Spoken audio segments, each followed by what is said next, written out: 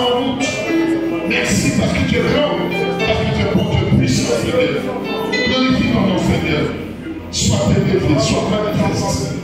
Béni sois-tu, au nom de Jésus. Amen. Amen. Nous sommes venus prier, est-ce qu'on peut s'asseoir? Nous sommes venus prier.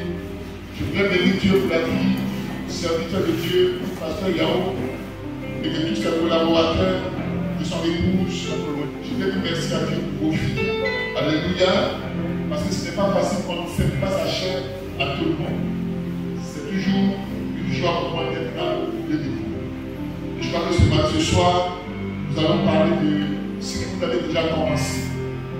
Nous sommes juste venus pour ajouter sur ce qui a été déjà fait. Il y a eu des orateurs qui sont passés, des secteurs de vie que je respecte, et Dieu vous bénisse. Je sais qu'ils l'ont déjà fait. Nous sommes juste venus pour ajouter. Donc nous allons prier. C'est un temps de prière. Nous allons gêner. C'est un temps de prière. Alléluia. Alléluia. Nous allons. Est-ce que quelqu'un peut me rappeler le thème? Parce qu'on est champion.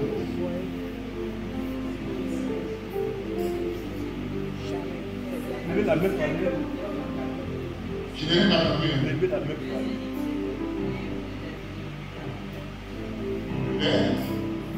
Les Égyptiens que vous voyez aujourd'hui, vous ne les verrez plus jamais. D'accord. Les Égyptiens que vous voyez aujourd'hui, vous ne les verrez plus jamais. Ok. Ça veut dire quoi? Il y a des Égyptiens que le peuple de Dieu voit, qui ne vont plus voir. Et qui dit ça? C'est Dieu qui dit ça. Alléluia. Mais pourquoi les Égyptiens qu'ils voient, ils ne les verront plus jamais? Parce que les Égyptiens étaient un obstacle, une difficulté, étaient un problème, n'est-ce pas? Donc il dit que ce problème que vous voyez aujourd'hui, vous n'allez plus voir ce problème. Est-ce que quelqu'un est d'accord avec moi? Vous voyez? En tant qu'enfants de Dieu que nous sommes, est-ce que nous reconnaissons que notre Dieu est grand? Est-ce que nous reconnaissons que ce Dieu est au-dessus de tout? Est-ce que nous reconnaissons que ce Dieu est plus grand que les liens de la famille? Est-ce que nous reconnaissons que ce Dieu est plus grand que les eaux et les fleuves que nous connaissons, qui peuvent nous retenir? Si oui, alors nous n'allons plus voir ces Égyptiens. Alléluia. Aujourd'hui, il y a un phénomène qui se promène. Il dit que Jésus n'est pas Dieu. Oui. Et ils disent que Jésus n'est pas Dieu. Et effectivement, ils nous font croire que Jésus n'est pas Dieu. Et nous faisons cela. Nous faisons la Noël. C'est vrai. La Noël, c'est une fête. On fête la Noël. Et on est heureux. Aujourd'hui, je vais t'amener à comprendre quelque chose. Désormais, quand tu vas fêter la Noël, fête le jour que tu as accepté le Seigneur. Pendant que tu es quelqu'un fêter cette Noël-là, tu fêtes ta fête le jour où tu as accepté le Seigneur. Ce jour, Jésus est né en toi. Amen. Parce que Noël, le L en hébreu, le L veut dire El Olay, El Adonai, El Shaddai, ça veut dire Dieu pluriel, Dieu. Maintenant, ils mettent le no. Le no en anglais, ça veut dire non. Donc, ça veut dire une fête sans Dieu. Et qu'est-ce qu'ils font? Ils vont présenter un bébé. Ils nous présentent un bébé. Pour nous dire que votre bébé que vous faites là, il n'est pas Dieu. Est-ce que vous comprenez? Le bébé que vous faites n'est pas Dieu. Et ils nous disent qu'il est né le 25. Non, il n'est pas le 25 décembre. Quand nous lisons les Écritures dans le livre de Luc, chapitre 2, à partir du verset 7 jusqu'au verset 10, on comprend que Jésus est né probablement entre juin et juillet. Donc, on nous présente un enfant et on nous dit qu'il n'est pas Dieu. C'est une fête, on célèbre la fête. On donne des cadeaux. Ce jour, on donne des cadeaux à vos enfants comme si c'était maintenant que Jésus-Christ venait entrer dans la vie de vos enfants. Que Dieu vous bénisse. Mais personne ne peut me faire croire que ce Dieu n'existe pas. Alléluia. Alléluia. Regardez. Jésus réunit ses disciples dans le livre de Jean chapitre 14. Et il parle avec eux. Il a dit, celui qui m'a vu a vu le Père. Et quelqu'un dit, montre-nous le Père et cela me suffit. Il dit, mais comment peut-il dire cela? Il y a si longtemps que je suis avec vous et vous ne me connaissez pas. Comment peut-il dire montre-nous le Père? Mais ce que je fais, je ne le fais pas de moi-même, mais c'est ce que le Père fait que j'ai fait.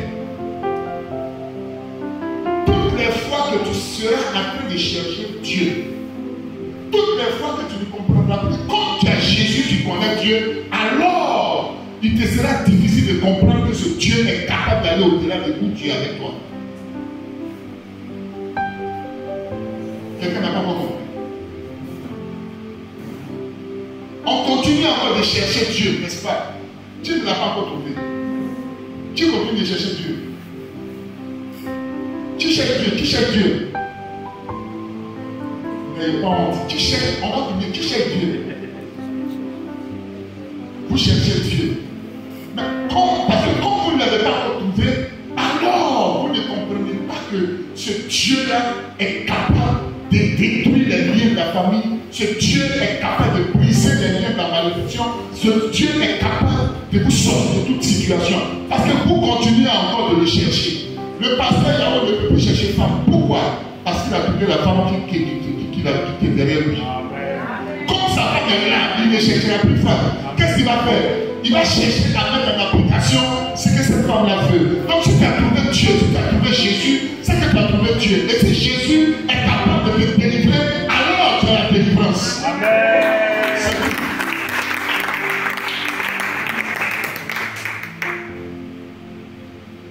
Si tu ne veux plus voir cet Égyptien, si tu ne veux plus voir la situation compliquée, c'est que tu as Jésus-Christ en toi. Fais confiance en Jésus. Regarde-le. Fais ce qu'il te dit de faire. Obéis. Marche selon ses principes. Alors, tu ne verras plus les Égyptiens. Mais si tu continues encore de le chercher, ça veut dire que tu ne l'as pas encore trouvé. Mais si tu ne l'as pas encore trouvé, c'est que les Égyptiens seront toujours là. Alléluia. On va lire le texte que vous-même vous avez lu. C'est dans quel livre? Dans le livre d'Exode chapitre 14, verset combien?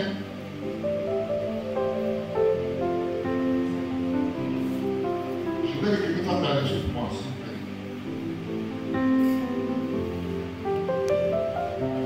Verset 12 ans. Si on prend là, ça va être juste un peu. Allons-y juste au verset 9.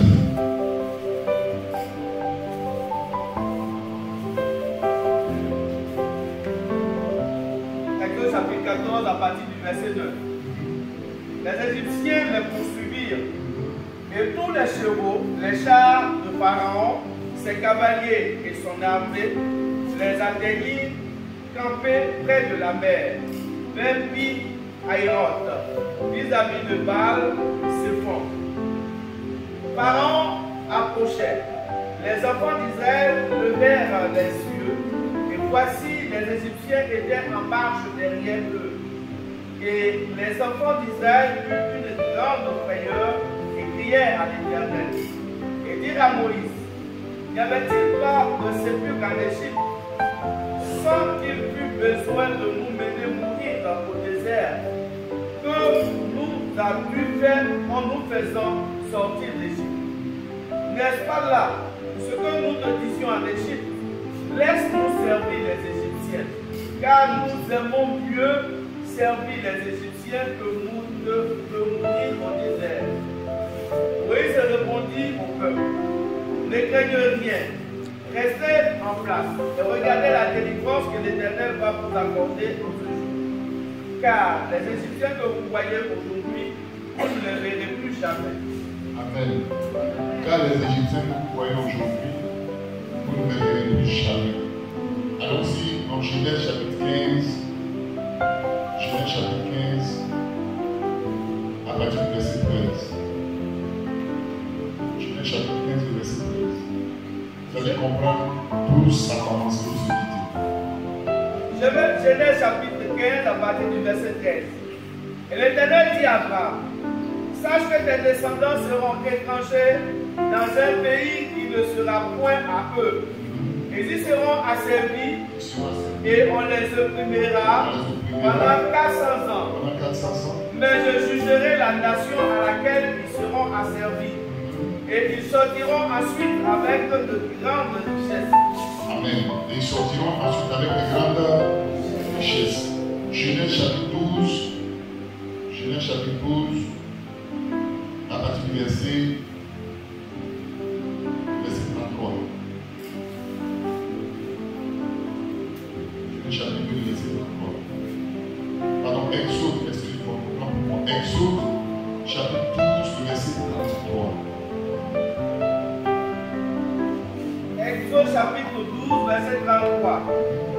Les Égyptiens pressaient le peuple et avaient hâte de les renvoyer du pays. Car ils disaient, nous périrons tous. Le peuple emporta sa patte avant qu'elle fût levée. Ils enveloppèrent les pétrins dans leurs vêtements et les mirent sur leurs épaules. Les enfants d'Israël firent ce que Moïse avait dit, et ils demandèrent aux Égyptiens de vases d'argent, des vases d'or et des vêtements. L'Éternel fit trouver grâce au peuple aux yeux des Égyptiens, qui se rendirent à leur demande, et ils dépouillaient les Égyptiens. Alléluia. Alléluia. Dieu lui-même il prend son peuple en Genèse chapitre 15 comme on l'a dit. Il dit après, sache que ta descendance, ce territoire-là, on l'a servi pendant 400 ans. Dieu avait déjà arrêté. Dieu avait donné un temps de ce peuple de passer dans son endroit. Ils vont faire 400 ans. Sache leur peuple. Dieu lui-même dit que les enfants ne sont dirigés. Ils sont peuple. Ils vont devenir des esclaves dans un endroit, dans un pays étranger. Ils vont être pendant 400 ans. Pendant 4 siècles, bien définis. Mais il dit ensuite, ils sortiront de là avec des grandes richesses. Donc Dieu lui-même est conduit.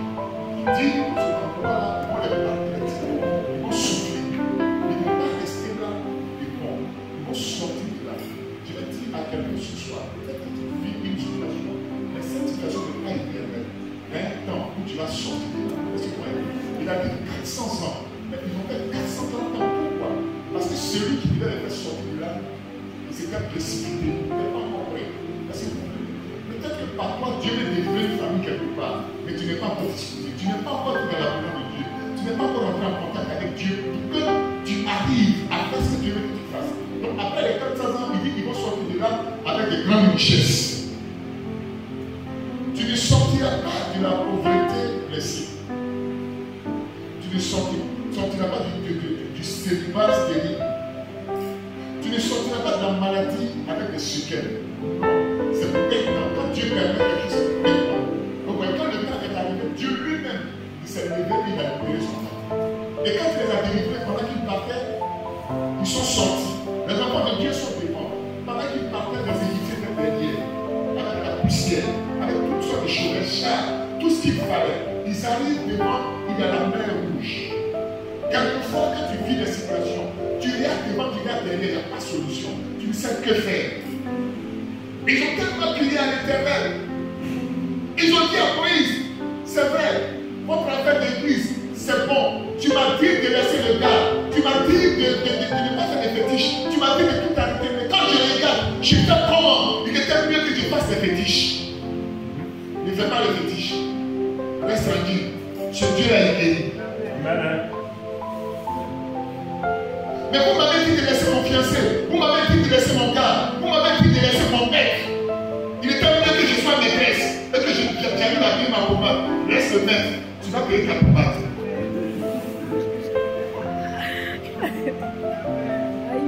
Alléluia. Parce que nous sommes en train de parler des Égyptiens. les Égyptiens que tu vois, tu ne les verras plus jamais. C'est-à-dire, tu as un gars. Et le pasteur ou le frère en Christ te dit, laisse le gars pour que tu puisses te marier. Tu dis non, tu as un gars. Quand on parle de gars, le gars il va te carrer. Et toi, go, il va te go. Le go, tu lui dis va. Car il va te carrer. Et si tu as carré, et si tu as go, tu ne te marieras plus. Les Égyptiens sont là. Est-ce que tu comprends? Tu es chrétien. Tu sais que dans ta famille, il y a des choses qui se passent. On te dit, en tant que chrétien, il y a des choses que tu ne dois pas faire. Parce que si tu fais ça, les Égyptiens ne partiront pas. Tu dis non, c'est ma famille, ça c'est notre tradition, je le fais. Mais la tradition va te bloquer et tu ne verras pas Dieu agir. Alors, sors de la tradition et fais face à l'Éternel. Alléluia. Israël, vous allez entrer dans un territoire. Mais le territoire n'allait pas être facile. Israël devait d'abord sortir de l'Égypte. Et sortir de l'Égypte, aller dans la terre promise. Dieu les conduit. Chemin faisant, la vie est compliquée. Ça devient dur. Et Israël pleure parce qu'il y a derrière, les ennemis sont derrière. Devant, il y a la mer rouge.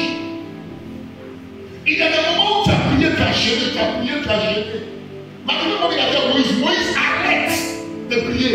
Prends le bâton et prends le bâton sur l'eau et fends la main. Tu as tellement prié, tu es resté à la maison. Tu as prié, tu as prié, tu as prié. Sors, va déposer tes CV.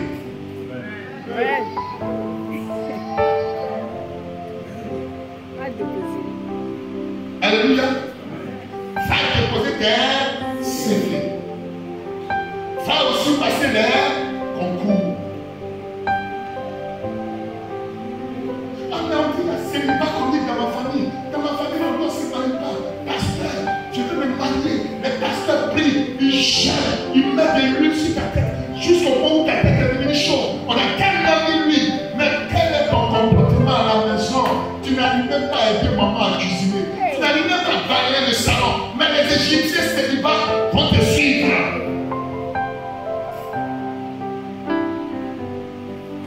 Alléluia. Est-ce qu'on se communique?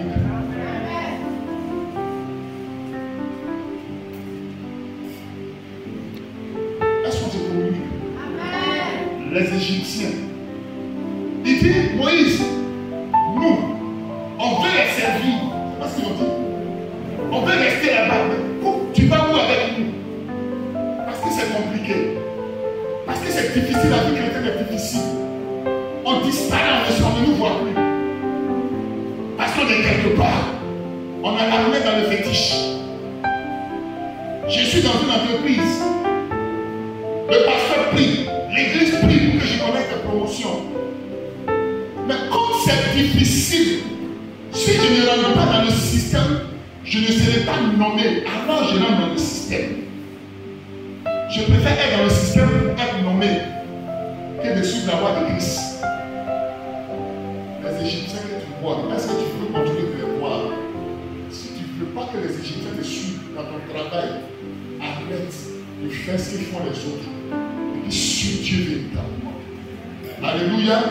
Alléluia. Ce soir, je veux qu'on prie. Mais je veux que tu pries véritablement. L'histoire d'Abraham, jusqu'à ce qu'on arrive en Exode. Abraham était le choix de Dieu. Abraham, son père, Terah, était un idolâtre. Il était un fabricant de dieux étrangers. Le père d'Abraham, Terah faisait partie d'une religion qu'on appelle la religion des Nimrod. Et ce temps-là était un grand chasseur devant l'Éternel. Vous lisez Genèse chapitre 1, chapitre 2, chapitre 3, jusqu'en Genèse chapitre 6, vous allez comprendre tout ça. Et ce temps était tellement puissant qu'il avait une religion. Et Abraham faisait partie du fils de Terah, il était un des fils de Terah. Et dans cette religion, Abraham devait être élevé. Abraham ne devait pas avoir d'enfant. Il devait être quelqu'un qu'on doit adorer. Et Dieu se révèle à lui. Dieu vient vers cet homme, il se révèle à lui. Et cet homme, pendant qu'il vendait le Dieu de son père, il y a une vieille femme qui vient payer le Dieu qu'il vendait. Et la vieille femme demande ce Dieu, cet objet-là, c'est combien? Il dit le prix. Et la dame cherche à acheter. Et puis il dit, mais comment tu peux mettre ta confiance en un objet qu'on a créé hier? C'est nous qui l'avons fabriqué hier. Regarde, quand Dieu se révèle à toi, tout ce qui se passe autour de toi, tu ne vois plus. Tu ne vois que Dieu. Tu ne vois que ce que Dieu fait. Tu ne vois que ce que Dieu veut. Alors, la vieille femme va le dire aux parents de Terah et à tous les amis de Terah de cette religion pour dire, l'enfant de Terah là m'a dit ceci, m'a dit cela. Son père a compris que son fils est en danger. Il prend son fils, il quitte Mésopotamie et il va à Charan. Et là-bas, le père d'Abraham meurt. Après la mort du père d'Abraham, Dieu se révèle maintenant à lui. Pour dire effectivement, c'était moi je te parlais. Quitte la maison de ton père. Quitte ta parenté. Quitte ta famille. Et moi, Dieu, je vais t'envoyer là où je veux pour faire de toi le père d'une multitude. Alléluia. Tant que Terah n'est pas mort dans ta vie, le Terah c'est ce qui te tient. Tant que Terah n'est pas mort, tant que ce qui te coûte cher n'est pas mort, tant que ton temps n'est pas mort, tant que tu n'as pas mis ton temps à la disposition de Dieu, tant que tu n'as pas disposé tes oreilles de Dieu, alors les Égyptiens vont tuer de tout. Et c'est vrai que Dieu se révèle à Abraham. Et Abraham part comme l'Éternel de lui a dit. Chemin faisant, quand Dieu s'est révélé à lui, Abraham a établi un hôtel là pour dire, Dieu, c'est toi qui règnes dans cet endroit. Et plus tard, quand son petit-fils Jacob est né, Jacob fuyait là où son père, ton ami, son grand-père a établi un hôtel. Quand il est arrivé là, le ciel était ouvert. Alléluia. Le ciel était ouvert. C'est de ce peuple-là. Joseph est sorti. Et Dieu envoie Joseph en Égypte. Parce que Dieu voulait régler un compte avec les Égyptiens.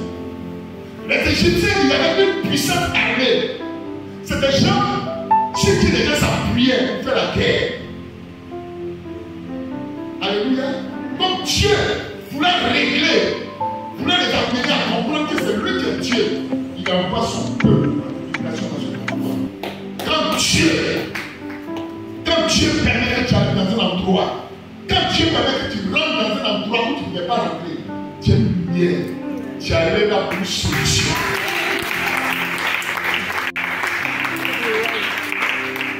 Comme vous disiez, il dit Moïse, Pharaon ne va pas te laisser partir parce que c'est pourquoi? C'est pour faire éclater ma loi. Ils sont partis, ils sont arrivés. Ils les ont maltraités. Oh, tu travailles quelque part pour maltraiter. Il faut rire. Il faut rire parce que Dieu va très bientôt te délivrer. Ils vont les maltraiter. Ils vont souffrir. Jusqu'au moment quand le temps est arrivé que Moïse devait les faire sortir. Quand Moïse est arrivé, Dieu lui-même il envoie Moïse. Il dit, va, tu vas les faire sortir. Mais moi, je vais endurcir le cœur de Pharaon et il ne va pas les laisser partir. Donc, pourquoi tu m'envoies? Si toi-même tu es à l'origine des complications, pourquoi tu m'envoies? Parce qu'il voulait régler quelque chose. Il arrive. Moïse parle à Pharaon. Regarde. Là où le peuple de Dieu, je peux te dire, je regarde les maçons. C'est-à-dire si les maçons fabriquaient 2, 3 briques, ou 4 briques, peut-être 100 briques à la journée pour pouvoir travailler. Comme Moïse a dû dire, il faut laisser le peuple de Dieu aller m'appeler. Qu'est-ce qu'ils vont faire? Pharaon dit à partir d'aujourd'hui, ne leur donne plus du sable. Eux-mêmes n'ont qu'à aller chercher le sable. À partir d'aujourd'hui, ne leur donne plus le ciment. Eux-mêmes n'ont qu'à aller chercher le ciment. Ne leur donne plus rien, ils n'ont qu'à aller chercher. Et puis d'ailleurs, au lieu de faire 100 briques par jour, vous allez faire 200 briques par jour. Quand on service chrétien, ça devient compliqué. C'est pas ça. On t'empêche d'aller prier. Pour ceux qui sont dans les affaires, on te refuse même le marché. Pour ceux qui sont dans les bureaux, c'est là que ça devient compliqué. Mais quand ça devient compliqué, il faut subir. Parce que Dieu est en nature à commencer quelque chose. Alléluia. Et là, ce peuple-là, Dieu a fait ce qu'il devait faire. Les 10 plaies que le peuple sorte. Finalement, Pharaon a été chicoté, comme quelqu'un l'a dit. Et le peuple est sorti avec des grands pieds. C'est pendant que le peuple partait pour la terre promise que Pharaon maintenant se jette derrière. C'est au moment où tu cherches à sortir d'une situation que ça devient compliqué. C'est au moment où tu cherches à te débarrasser de quelque chose, c'est là que ça devient encore compliqué. C'est au moment où, en tant qu'enfant de Dieu, tu prends des résolutions, c'est là que ça devient difficile. Mais laisse-moi te dire une chose, reste tranquille. Parce que c'est l'Éternel qui mène ce combat-là pour toi. Reste tranquille. Parce que ce que tu vois, tu ne verras plus ça jamais. Parce que ce que tu vois, jamais tu ne connaîtras cela. Parce que l'Éternel se lèvera pour toi. Ce que tu vois aujourd'hui, que tu vois que c'est compliqué, tu verras ça plus facile demain. Parce que l'Éternel, le Dieu de gloire, quand il se lève, personne ne peut se lever. Alléluia. Alléluia. Il dit Moïse, mais ce que j'entends, ce qui me parvient, c'est compliqué. Dieu a ce peuple de rester tranquille. Parce que moi, l'Éternel, je me suis levé pour eux. Mais tu as un problème comme moi. Tu as un problème comme Israël d'hier. Tu veux que je t'explique? Allons-y. En Psaume 82. Psaume 83. Peut-être que c'est là qu'on va s'arrêter. Psaume 83. On va faire quelque chose. Psaume 81 d'abord. Psaume 81. Psaume 81. Le verset 9. Psaume 81, verset 9. Psaume 81, verset 9. Écoute mon peuple. Écoute mon peuple. Et je t'avertirai, Israël. Puisses-tu m'écouter? Israël, est-ce que tu peux m'écouter? Je vais dire à quelqu'un, est-ce que tu peux écouter Dieu ce soir? Qu'il n'y a au milieu de toi point de Dieu étranger. Ne te prosterne pas devant des dieux étrangers. Je suis l'Éternel ton Dieu qui t'a fait monter du pays d'Égypte. Ouvre ta bouche et je la remplirai. Mais mon peuple n'a point écouté ma voix. Israël n'a point obéi. Alors je les ai livrés au penchant de leur cœur. Et ils ont suivi leur propre conseil. Oh, si mon peuple m'écoutait. Ça, c'est la partie qui m'a dit. Oh, si mon peuple m'écoutait, si Israël marchait dans mes voies, en un instant, je confondrais leurs ennemis. Je tournerais ma main contre leurs adversaires. Alléluia. Oh, regardez. Oh, si mon peuple m'écoutait, si Israël marchait dans mes voies, tout ce qu'il te demande, écoute-le et marche dans ses voies. Il dit, ces Égyptiens que tu vois aujourd'hui, tu ne les verras plus. Est-ce que cette parole elle est certaine? Est-ce que tu es sûr que la situation, la maladie, les difficultés que tu vis, tu ne verras plus ça? Est-ce que tu es sûr? Oh, si Israël écoutait ma voix. Alléluia. Alléluia. Psaume 84, le verset 6. Psaume 84, verset 6. Heureux ceux qui placent en toi leur appui. Ils trouvent dans leur cœur des chemins tout tracés. Lorsqu'ils traversent la vallée de Baca, ils la transforment en un lieu plein de sources et la pluie la couvre aussi de bénédictions. Alléluia. Si mon peuple m'écoutait, il dit ceux qui ont mis leur confiance en l'Éternel, c'est-à-dire ils trouvent un chemin tout tracé dans leur cœur. Quand ils traversent la vallée de Baca, c'est-à-dire quand ils traversent le désert se transforme en fleuve. La même lieu de source. Est-ce que tu as mis ta confiance en Dieu? Est-ce que tu crois que Dieu est capable de sortir de quelque part? Est-ce que tu as la foi que Dieu est capable de briser tout ce qui est prison spirituelle? Amen. Est-ce que tu es sûr, tu crois que Dieu peut changer ta situation? Amen. Si tu crois, moi je crois. Amen. Si tu crois, moi je crois. Alléluia. Si tu crois, moi je crois. On va lire des références pour Marc chapitre 11. Si le Seigneur vous avez choisi, c'est ce qu'on va dire.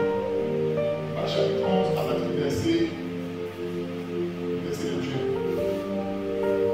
Marc chapitre 11, à partir du verset 21. Pierre, se rappelant ce qui s'était passé, dit à Jésus, Dis à Jésus, Rabbi, Rabbi, regarde, regarde, le figuier que tu as maudit a séché. le figuier que tu as voulu assécher. Jésus prit la parole et leur dit, ayez foi en Dieu. Je vous le dis en vérité. Si quelqu'un dit à cette montagne, prends-toi de là et jette-toi dans la mer, et s'il ne doute point en son cœur, Et si le point A, mais croit que ce qu'il dit arrive, il le verra s'accomplir. non, loin. Si quelqu'un dit à cette montagne, dit à cette montagne, prends-toi de là prends-toi de là, et jette-toi dans la mer, jette-toi dans la mer.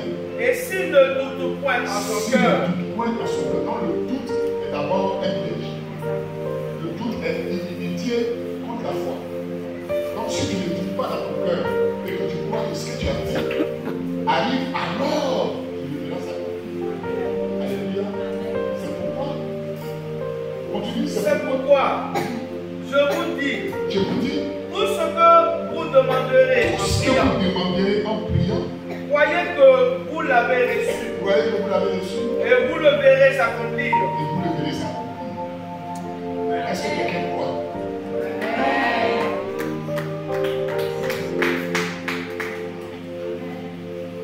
Est-ce que quelqu'un croit?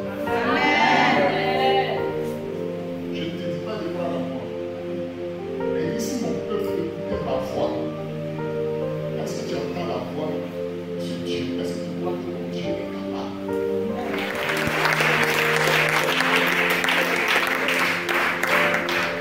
Je demande le témoignage de dire, il faut lui faire confiance. C'était les Égyptiens qui voulaient m'empêcher avec le doute. Est-ce que tu doutes encore de quelque chose? Si tu doutes, tu seras encore malade. Si tu doutes, les liens de la famille politique vont encore te détruire. Oh, Jésus a vaincu les liens. Le sang de Jésus qui a coulé a brisé la malédiction. Regarde, quand l'homme a péché, Dieu a maudit la terre. Il a fallu que le sang de Jésus coule sur la terre pour que la terre boive le sang de Jésus et que la malédiction prenne fin. Regarde, l'autel que tes parents ont établi, oui, tu parles comme vous tous. Il y a un autel qui parle plus fort que ça. L'autel de Jésus a été établi à notre autel. Et sur ce autel, c'est Jésus qui a été connu comme autel. Et Jésus a dit, Père, tout est accompli. C'est tout est accompli pour toi. Pourquoi? Pourquoi tu vas pleurer? Parce qu'il y a le célibat. Pourquoi tu vas pleurer? Parce qu'il y a le chômage. Lève-toi et marche. Parce que tu es un homme de victoire. Tu es une femme de victoire. Est-ce que tu crois que tu es capable? Si tu crois que tu es capable, alors tu nous vois quelqu'un qui est récolté ce soir. Qui est récolté ce soir. Tu dis oui, oui, c'est ma victoire. Oui, je suis dans ma victoire. Est-ce que tu peux commencer à prier? Est-ce que tu peux commencer à prier? Est-ce que tu peux commencer à prier? C'est frère, c'est véritablement. Il a fait tout pour l'aider. Regarde ce qu'il a fait à la croix. À la croix, ils ont fait des travail à la croix. Ils ont mis une couronne de pique sur sa tête. La couronne de pique, le sang est sorti. C'est pour ne pas que toi, tu aies mal à la tête. Parce que tu réfléchis beaucoup. Désormais, fais-lui confiance. Regarde Dieu. Regarde Dieu. Parce qu'il est capable. Il est capable de toutes choses. Il est capable d'agir. Ce Dieu est capable. Oui, oui, oui, oui. La croix a fait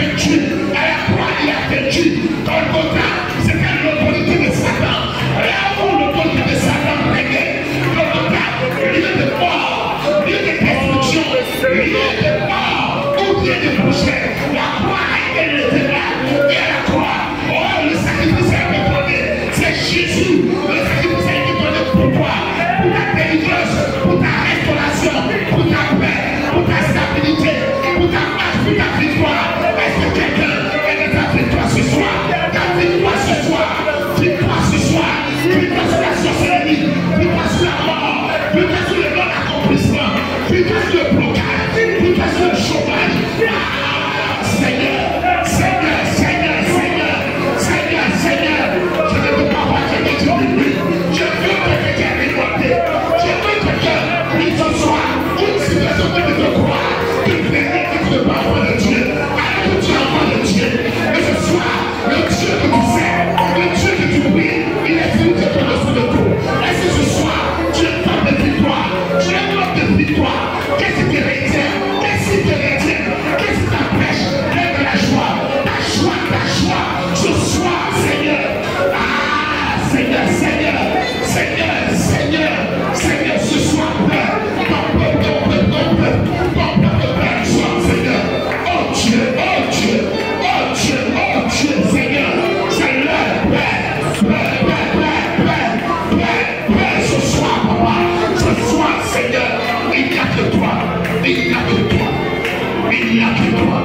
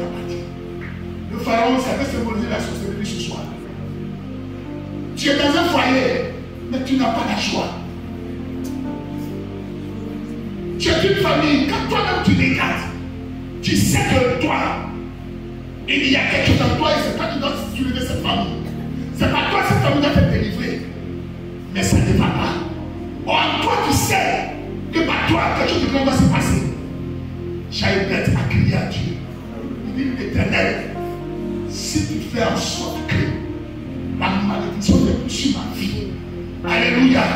Si tu es dans les limites, c'est-à-dire Dieu, si tu changes ma vie pour arriver à ce stade, ce tour-là, on essaie Dieu.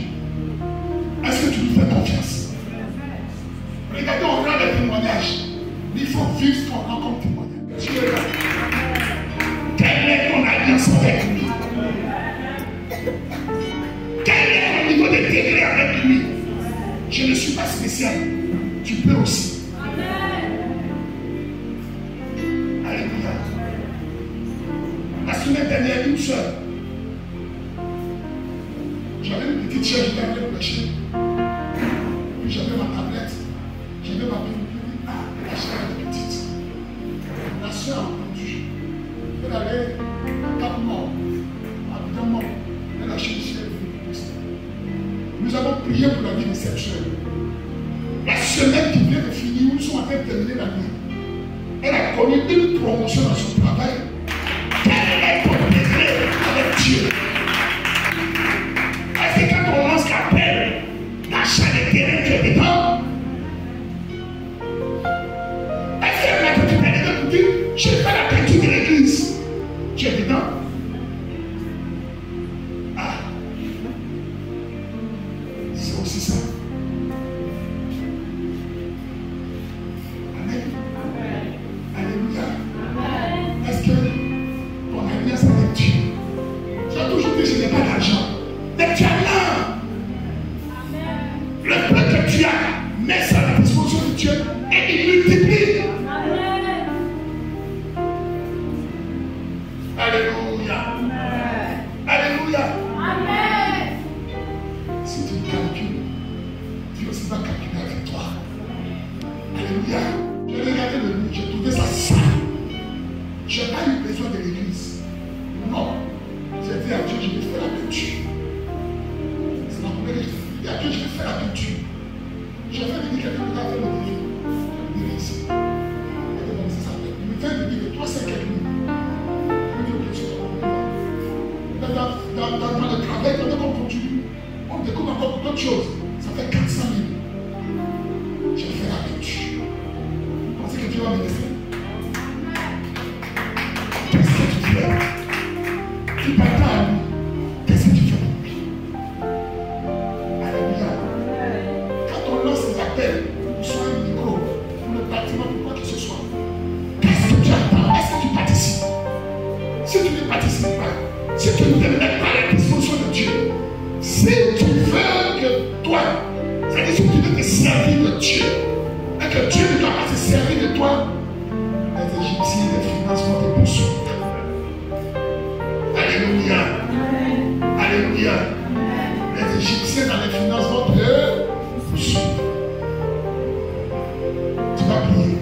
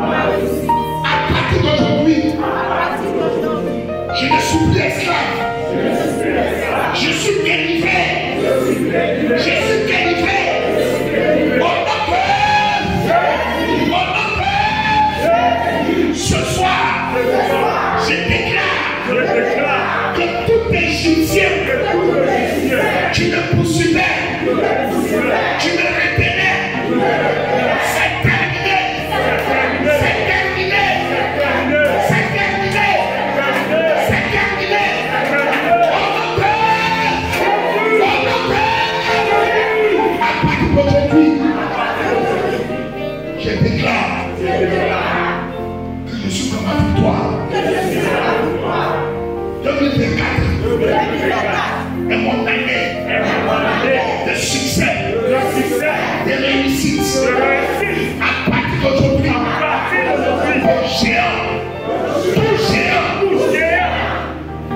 tout géant, en face de moi,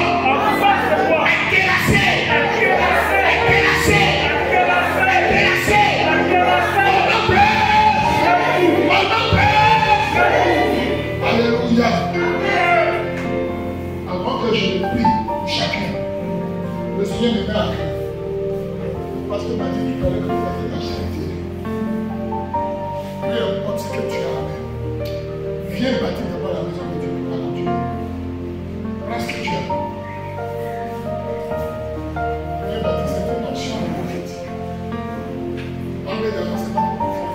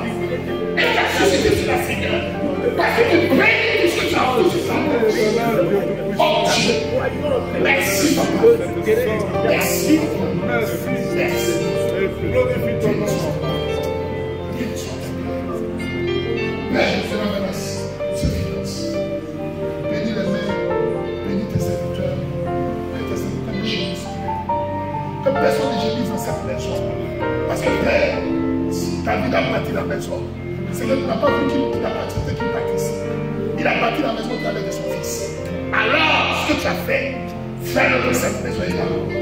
Père, cette maison soit bénie. Soit bénie à la vie, soit bénie au delà. Merci pour tout ce que tu fais. Au nom de Jésus. Amen.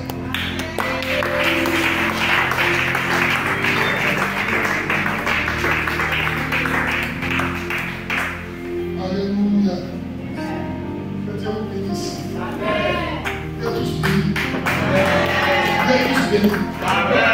Vous êtes tous bénis. Vous êtes tous bénis. Vous êtes tous bénis. Vous êtes tous bénis. Que la paix de Dieu soit sur vous. Que la parole de Dieu soit sur vous. Que la grâce de Dieu soit sur vous. Et que vos ennemis t'entendent désormais. Et qu'ils ne vous retrouvent plus. Et que tout ce qui s'est gagné de comme vous soit terrassé. À partir d'aujourd'hui, que la main de Dieu soit sur vous. Au nom de